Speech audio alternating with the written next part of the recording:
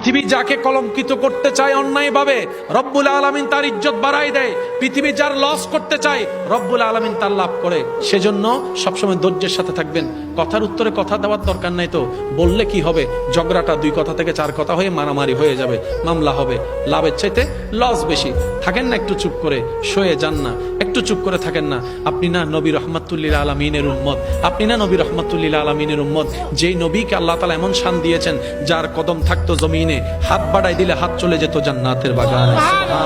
যে নবীর দরবারে খাদেম বানিয়ে দিয়েছেন জিবরাইলের মতো ফেরেশতাকে, সেই নবী যখন তায়েবে গিয়েছেন, আঘাতের শিকার হয়েছেন, শরীর ব্যথা হয়েছে, তখন জিবরাইল এসে বলে, ইয়া রাসূলুল্লাহ, আল্লাহ পাঠিয়েছেন, আপনি হুকুম দিলেই সব তছনছ করে দিব।